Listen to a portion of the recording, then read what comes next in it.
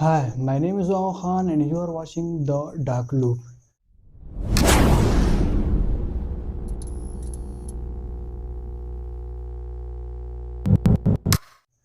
आज का topic time travel. क्या सच में टाइम ट्रैवल पॉसिबल है या फिर ये सारी चीज़ें फिल्मों में ही दिखाई जाती है? रियल लाइफ में इस चीज़ों का कोई भी सबूत नहीं होता।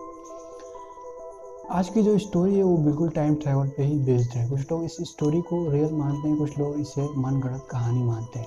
पर अब आपके ऊपर है, आप इसे सुनिए और जानिए, फिर इसके बारे में पता करके बताइए क्या सच में ये स्टोरी रियल में है या फिर ये एक किसी राइटर की मनगढ़ंत कहानी है।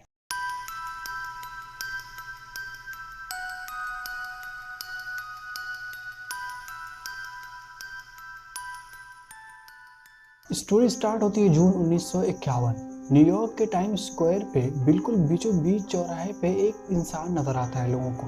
वो कहाँ से बीच में आ जाता है किसी को पता भी नहीं चलता। लोग उसे देखते हैं, वो लोगों को देखता है। लोग देख के काफ़ी कंफ्यूज होते हैं क्योंकि वो काफ़ी पुराने फैशन के कपड़े पहने होता है और काफ़ी अजीब बिहेव कर रहा होता है। वो काफ़ी घबरा रहा होता है और घबराते हुए बीच रोड से वो किनारे जाने की कोशिश करता है। तभी एक कार आती है और उसे टक्कर मारती है और उसकी तुरंत मौत हो जाती है। पुलिस वाले आते हैं, उसको देखते हैं और उसके बारे में पता करने की कोशिश करते हैं, पर वहाँ पे मौजूद लोग उसको नहीं जान रहे होते हैं। फिर उसके पास से कुछ चीज़ें मिलती है, जैसे एक बियर का टोकन और कुछ पुरानी नोटें और एक बिजनेस कार्ड मिलता है जिसपे रुडोल्फ फिंच नाम लिखा होता है और एड्रेस 5th एवेन्यू न्यूयॉर्क का दिया होता है। उसके पास से एक लेटर भी मिलता है जो 5th एवेन्यू न्यूयॉर्क से फिलाडेल्फिया भेजा जा रहा था। इन सारी चीज़ों को कैप्टन ह्यूबर्ट के पास ले जाया जाता है। वो देखते हैं और इस केस को खुद ही हैंडल करने की बात करते हैं। कैप्टन तुरंत बिजनेस पे दिए हुए एड्रेस पे पहुंचते हैं। उनको एक ऑफिस मिलती है। उस ऑफिस में जाकर रुडोल्फ नाम के आदमी के बारे में पता करते हैं, पर वो लोग इस बात को इनकार कर देते हैं। वो लोग बोलते हैं कि हमारे यहाँ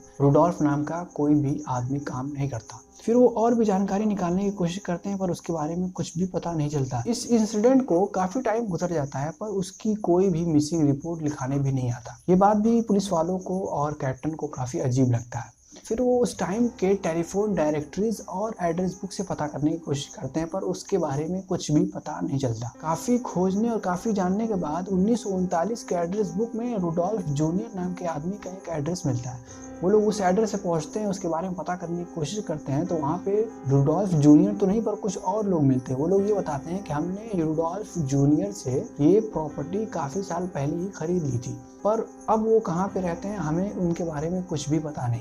फिर वो परेशान होकर आते हैं और काफ़ी और खोज करने के बाद, काफ़ी और जानकारियाँ निकालने के बाद कैप्टन के हाथ में रुडोल्फ जूनियर की अकाउंट डिटेल मिल जाती है। वो तुरंत बैंक जाते हैं और उसके बारे में पता करते हैं, तो वो लोग बोलते हैं कि ये अकाउंट बहुत पहले ही बंद हो चुका है क्योंकि रुडोल्फ जूनियर की 5 साल पहले ही डेथ हो चुकी है, पर उनकी वाइफ अभी भी फ्लोरिडा में रहा करती हैं। आप उनसे उनके बारे में पूछ सकते हैं और उनकी जानकारी निकाल सकते हैं। वो लोग तुरंत उस एड्रेस पे पहुंचते हैं, उनके बीवी से मिलते हैं और उनके बारे में पूछते हैं और इस पूरे इंसिडेंट को भी बताते हैं। तो वो ये बताती हैं कि रुडोल्फ फिंच रुडोल्फ जूनियर के फादर हैं, जो 1876 में शाम के टाइम टहलने निकले थे और अचानक से गायब हो गए। उसके बाद उनका कुछ भी पता नहीं चलता है। वो लोग ये बात सुन के काफ़ी कंफ्यूज हो जाते हैं और उनको यकीन नहीं होता इस बात पे।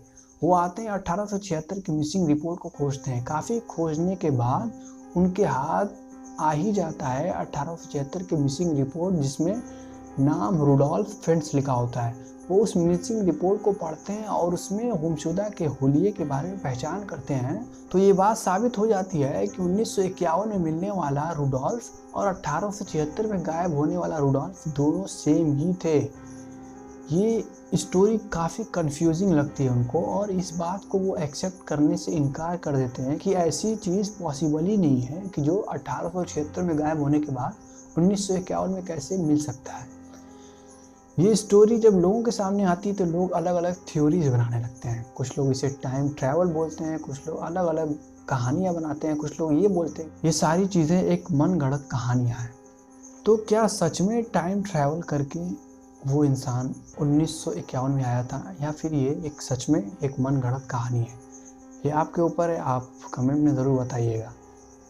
ये थी रुडोल्फ फिंच की स्टोरी। आई होप आपको ये भी स्टोरी पसंद आई होगी।